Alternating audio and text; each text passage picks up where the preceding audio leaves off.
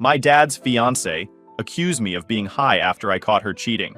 My dad declared, "You're just like your druggy mother. I should have seen this coming." My sister sneered, "Tracy actually cares about this family, unlike you." They cut me off completely. Now she scammed them out of everything and they want my help. Hi Reddit. I don't really know how to start this, but here goes. So I, 22 male, and growing up, my family was tight. It wasn't perfect or anything, but we had each other. My mom passed away when I was 18. Overdose, prescription stuff. It was ugly and it changed everything.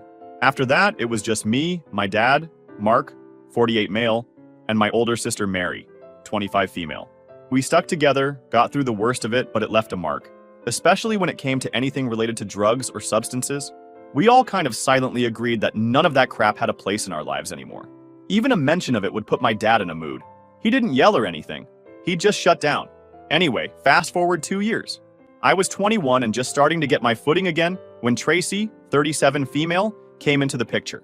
And yeah, the age gap between her and my dad was noticeable, but no one said anything at first. She had this polished, kind of salesy vibe, always smiling, always complimenting you in that way, where it feels like she's also low-key roasting you. Like she once said to me, "It's so sweet that you're still living close to home at your age. You must really care about your family." I was like, all right, whatever that means. Dad met her at some community event thing. One of those charity auctions or mixers I don't even remember.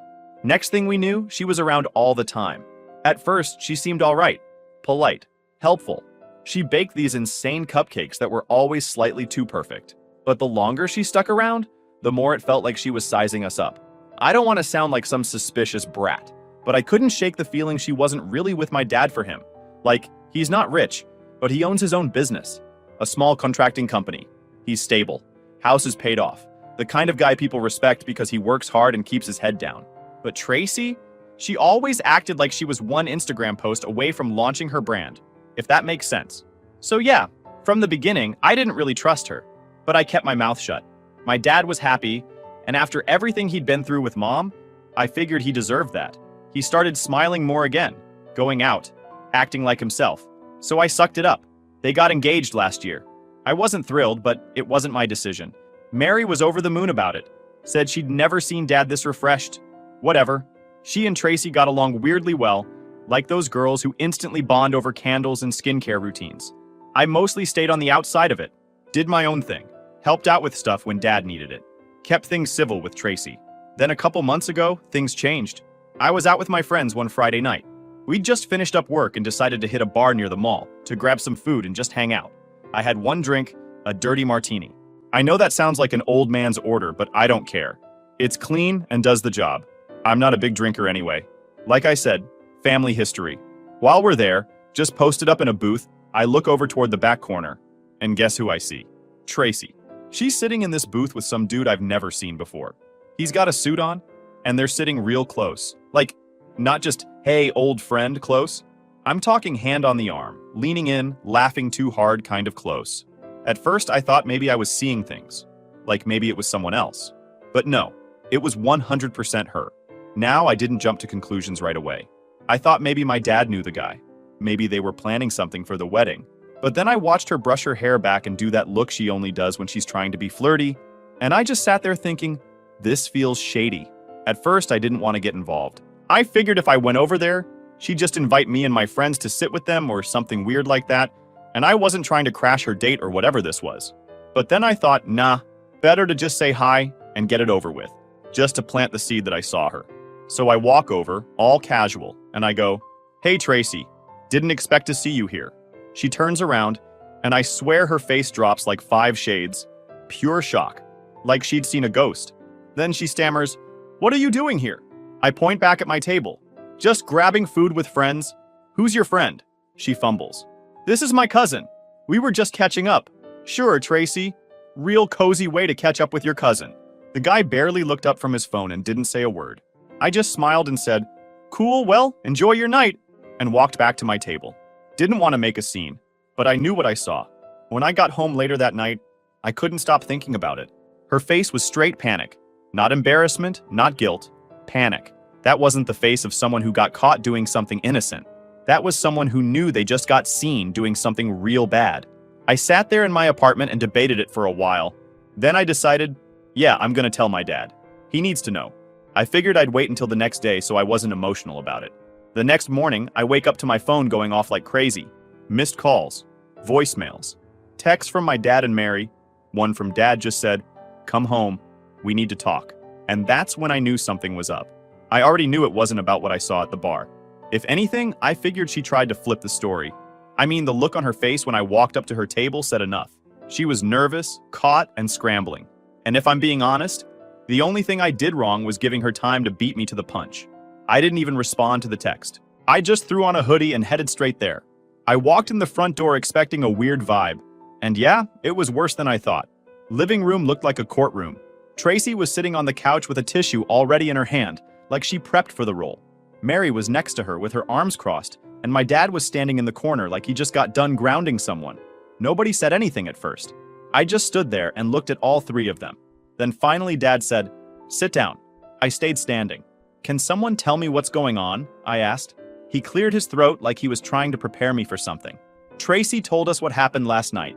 "Okay, here we go. She saw you at the bar," he said. "And you didn't look well." I blinked. "What does that mean?" Mary jumped in like she was waiting to tag in. "She said you were clearly on something. Your eyes were glazed. You were sweating. Your behavior was erratic." "Hold on," I said, holding my hand up. "I had one drink. I was calm. I saw Tracy sitting with some guy. They were all over each other. And when I said hi, she looked like she saw a cop walk in." Tracy gasped like I just accused her of murder. "That is absolutely not what happened." I looked straight at her. "Oh, so now your cousin's also your flirty arm accessory?" She turned to my dad and said, "See? This is what I mean. This is exactly the paranoia and aggression I was talking about." I laughed. Actually laughed. "Paranoia? Aggression? Are you serious right now? You're lying and you know it." Dad raised his voice a little. "That's enough. This is serious, son. She's concerned for you. We're all concerned." I looked at Mary.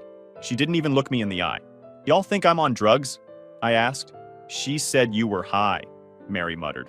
"And you believed her?" I said, looking between both of them. "After everything with Mom? You think I'd touch that crap?" Tracy fake sniffled and went, "I didn't want to say anything. I panicked. I didn't know what else to do." "Yeah, you panicked because I saw you with someone who isn't Dad," I snapped. "And instead of owning up to it, you made me the problem." Mary got defensive. She wouldn't lie about something like that. "Why not?" I asked. "She's lied plenty before. About her job, her past, who paid for that new car. Y'all just don't pay attention." Dad stood up straight, arms crossed now. "If you're using something, you need to come clean. You need help. We'll support you, but only if you take responsibility." "I'm not using anything," I said. "And the fact that you believe her over me is wild." That was when Tracy went full performance mode. "I didn't want this to happen, Mark. I love him like he's my own. But if he's going to attack me just because I care, then I don't know what else to do." She started crying, full sobs. My dad put his hand on her shoulder. My own father, comforting the woman who just threw me under the bus. I looked at Mary again. "You're really not going to say anything?" She just sat there, tight-lipped, dead stare. "Wow," I muttered. My dad looked at me like he was waiting for a confession, like I was about to break down and admit to some imaginary habit I didn't have. "You're being manipulated," I said. "All of you. But okay, you want to believe the woman who showed up 2 years ago over your own son. Fine." Tracy whispered, "Maybe he needs space." Dad nodded.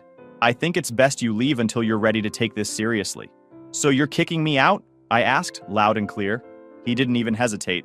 "Yeah, I am." I stood there for another second, just to see if anyone would say something. Stop it. Ask for proof. Maybe Mary would speak up and be like, "Wait, let's hear him out." Nothing. Tracy wiped her tears. Mary stayed frozen. My dad looked like a stranger. "All right," I said. "You want space? You'll get it." And I left. On the way home, I couldn't even think straight. I kept replaying everything. It felt like something out of a bad movie, except it was real. And I was the guy getting booted from his own family over the fakest lie ever told. I got back to my apartment, locked the door, sat on the floor, and just stared at my phone. All the group chats were silent. No texts from Mary, no calls from Dad, not even a "let's talk later." Nothing. I wasn't just kicked out. I was cut off. In their eyes, I was now the druggy son, the liability, the disgrace, and the worst part, they didn't even ask me what really happened. So yeah, After they told me to leave, I thought maybe it was just heat of the moment stuff. Like, emotions were high. Tracy was fake crying. My dad was trying to look like he was taking control of the situation. And Mary, well, Mary just existed in the room like a brick wall. I figured maybe once things cooled down, someone would call. Maybe ask to talk. Ask me to explain. Yeah, that never happened. It's been a week. No messages, no missed calls, just silence. But you know what did come? Bills. A text from my landlord saying the bank transfer for the rent hadn't come through. That was the moment I remembered. Dad used to cover part of it. Not the whole thing, but he helped. Said it gave him peace of mind that I wasn't drowning while working part-time and trying to stack cash for school. I tried explaining the situation to the landlord, but obviously, that wasn't going to stop him from wanting his money. So I covered it, barely. Cleared my checking account and part of my savings. The next day, my health insurance card got declined at the pharmacy. I found out later Dad had removed me from his plan, just like that. I wasn't just taking a break from the family like I tried telling myself. I was actually cut off. For real. Like they'd erased me. And the weirdest part? I wasn't even mad at first. I was just stunned. Like I didn't fully believe they'd go that far. I thought they'd at least fake concern. Maybe send a hope you're okay message. Instead, I got hit with silence and bills. Tracy played it smart. She didn't just lie. She pulled a card she knew would burn every bridge at once. She didn't say I was rude. She didn't say I made her uncomfortable. She said I was on drugs. In this family, that's nuclear. It's like yelling fire in a crowded building. No one questions it. They just run. After what happened with my mom, everyone in our family has this trauma-based trigger. It's not even logical. It's like someone says the word addict and the brain short circuits. You go from, that's my son, to get him out of the house before he steals our wallets. So yeah, she knew what she was doing. She used our biggest wound against me, and they let her. The only person I even tried reaching out to after that first week was Mary. I texted her something simple. You seriously believe I'm doing drugs? She read it, never responded. I didn't text again. Not worth it.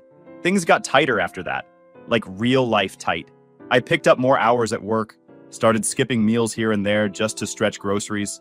I was still figuring out rent, insurance, bills, stuff I thought I had another year or two before I had to handle alone. I didn't complain to anyone. What was the point? Nobody believed me. Not even the people who knew I never touched that stuff. Mary saw me every week. We used to go on Sunday morning walks together. I always got the same coffee order. Always paid in cash.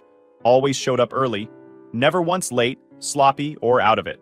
But the second Tracy cried with a tissue in her hand, none of that mattered. No one even asked me anything. No one said, hey, what was that about her being with another guy? No one said, why would you suddenly be using? They just cut me out. The wild thing is, the people at work noticed before my own family ever did.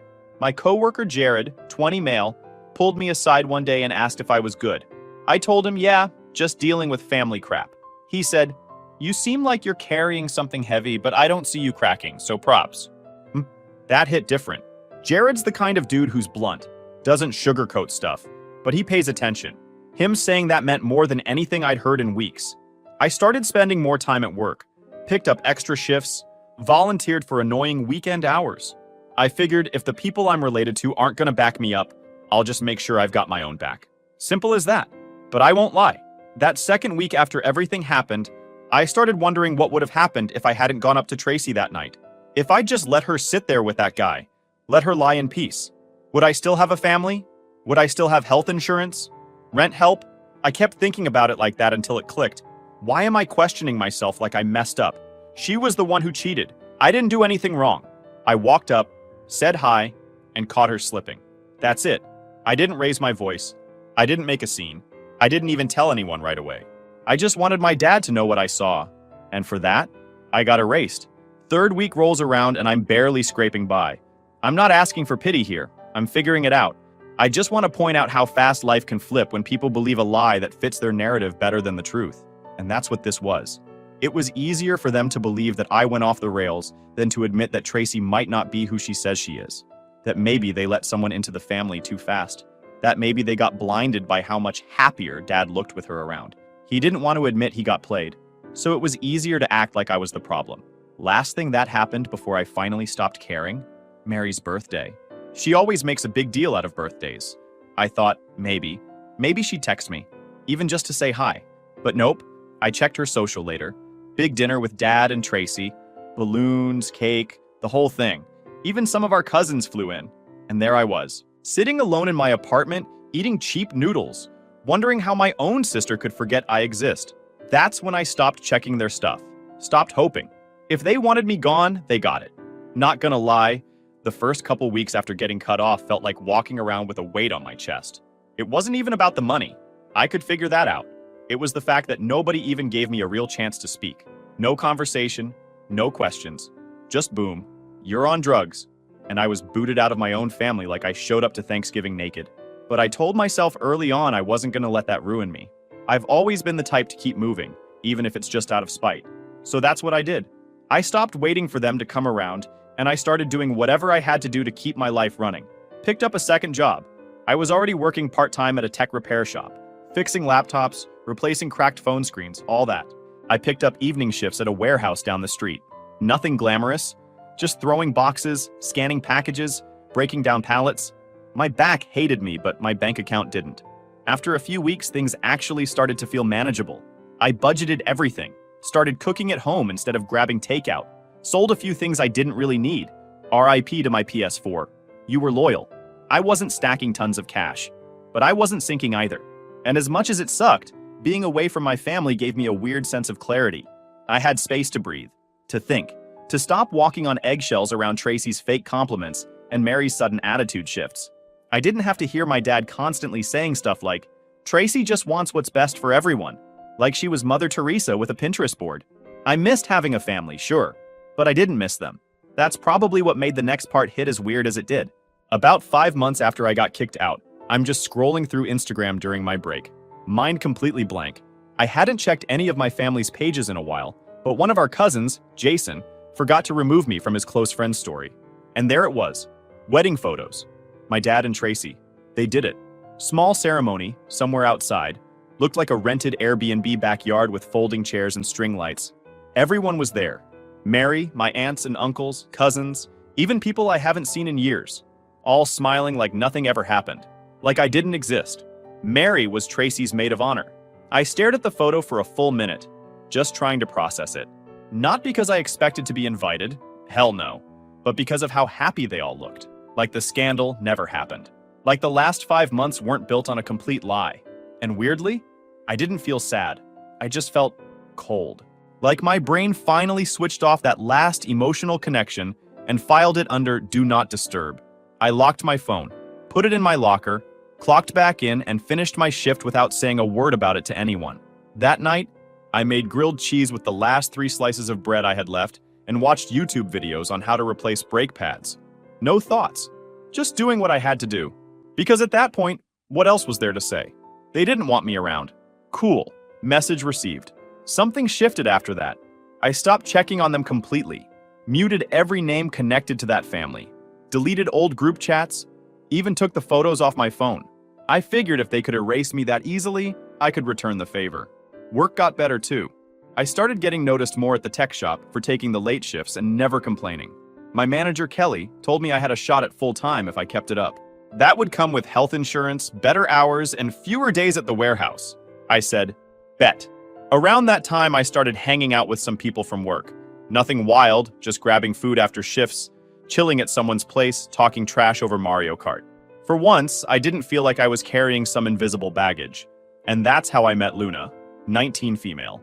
She was new at the front desk for the building across the street, funny, quick-witted, and she always had some random fact ready for any situation. Like, we'd be talking about nothing and she'd go, "Did you know turtles can breathe out of their butts?" And I'd just stare at her like, "What do you want me to do with that information?" But it worked. She made me laugh, made me feel normal.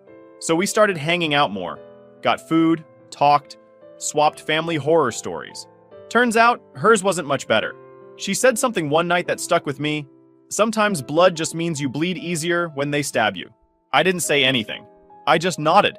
Because yeah, that one landed. Anyway, around the 6-month mark, I felt like I had my life kind of back on track. Not fully, but more than I expected. My savings were starting to grow again. I wasn't living paycheck to paycheck anymore. Luna and I weren't official yet, but it felt like we were heading that way. And I hadn't thought about my dad, Mary, or Tracy in weeks. Then, one night, I get a phone call. Unknown number. I let it ring out. Then it rings again. It's Mary. I don't answer.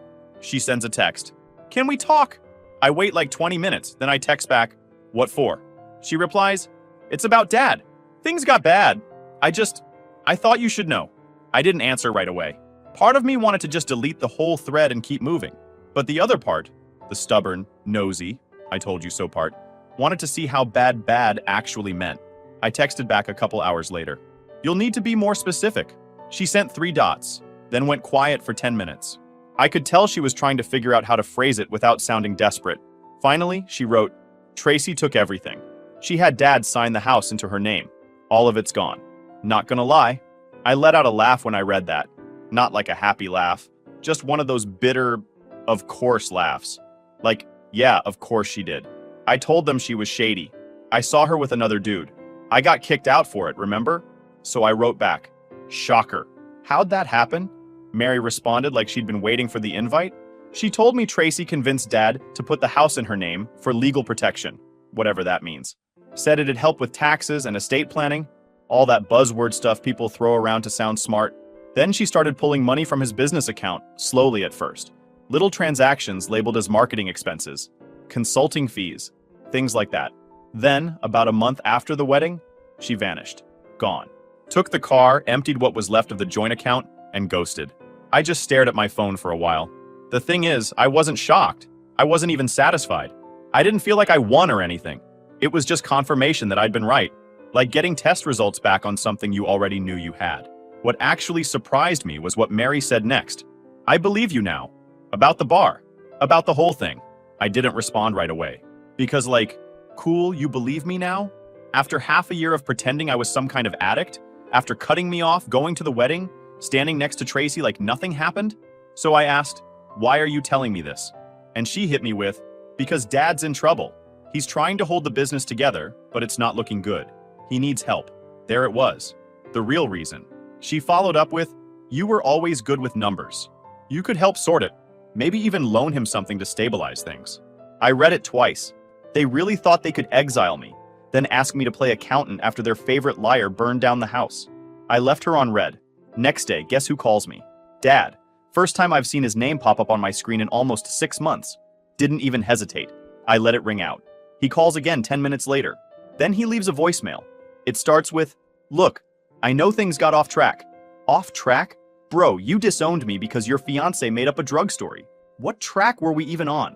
Then he said, you were right about Tracy. I should have listened. But right now, I need your help.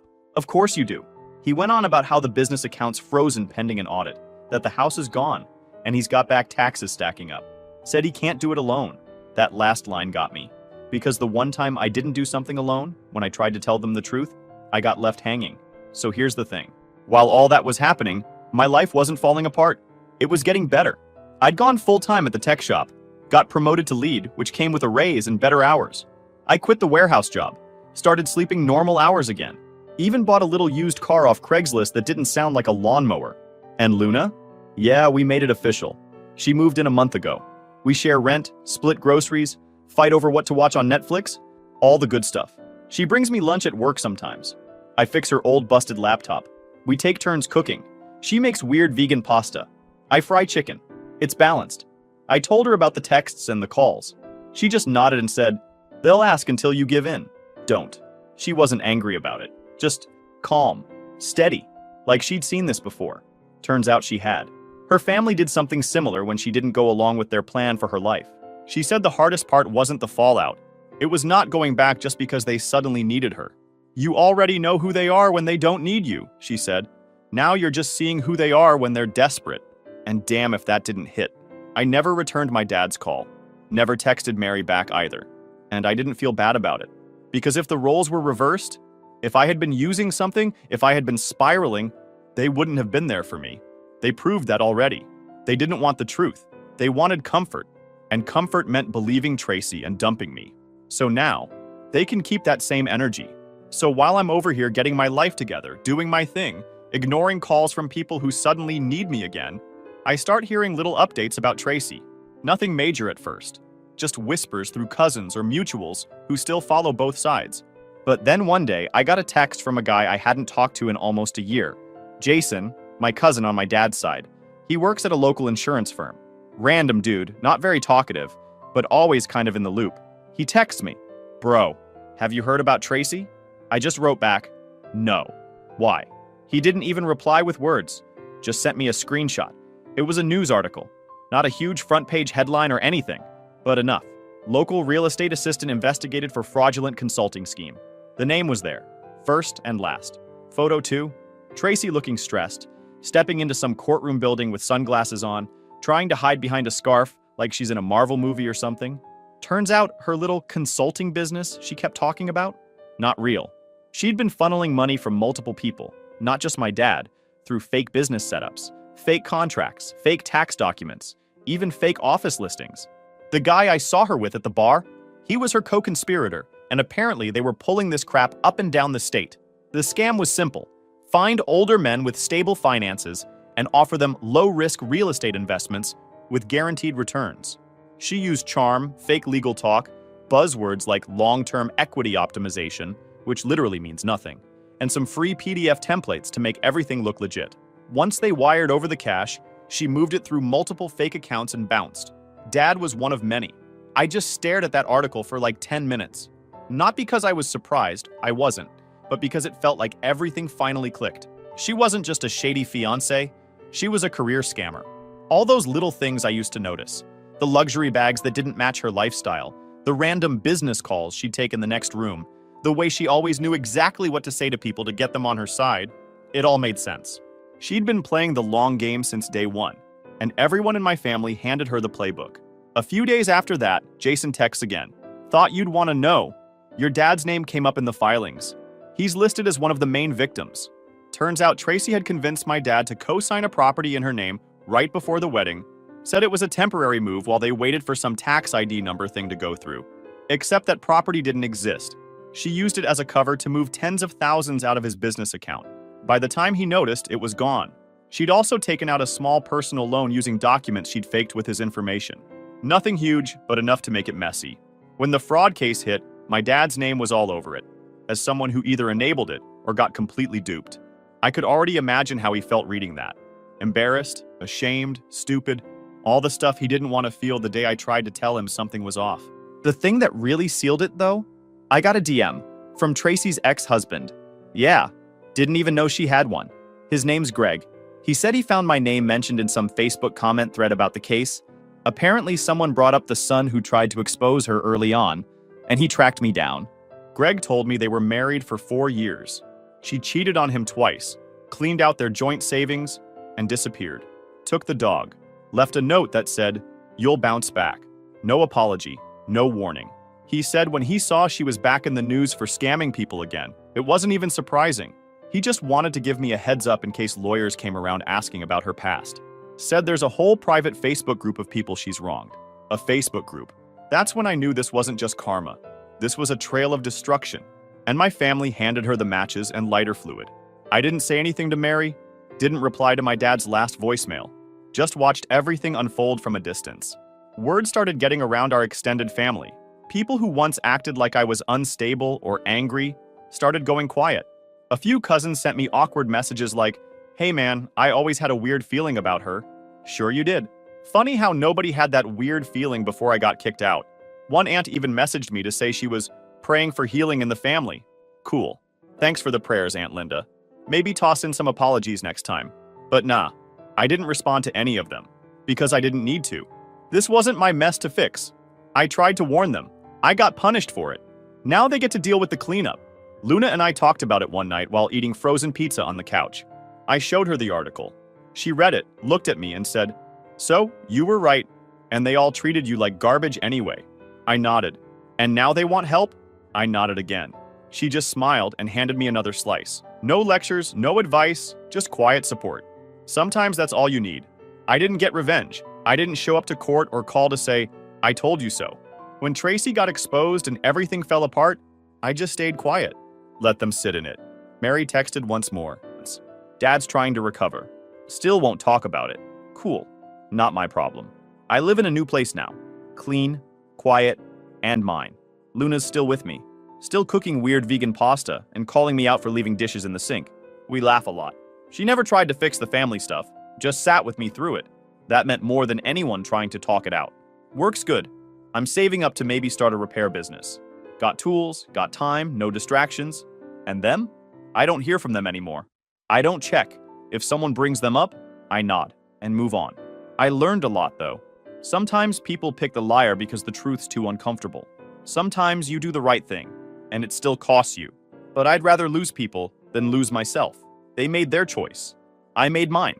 And honestly, I'm at peace with that.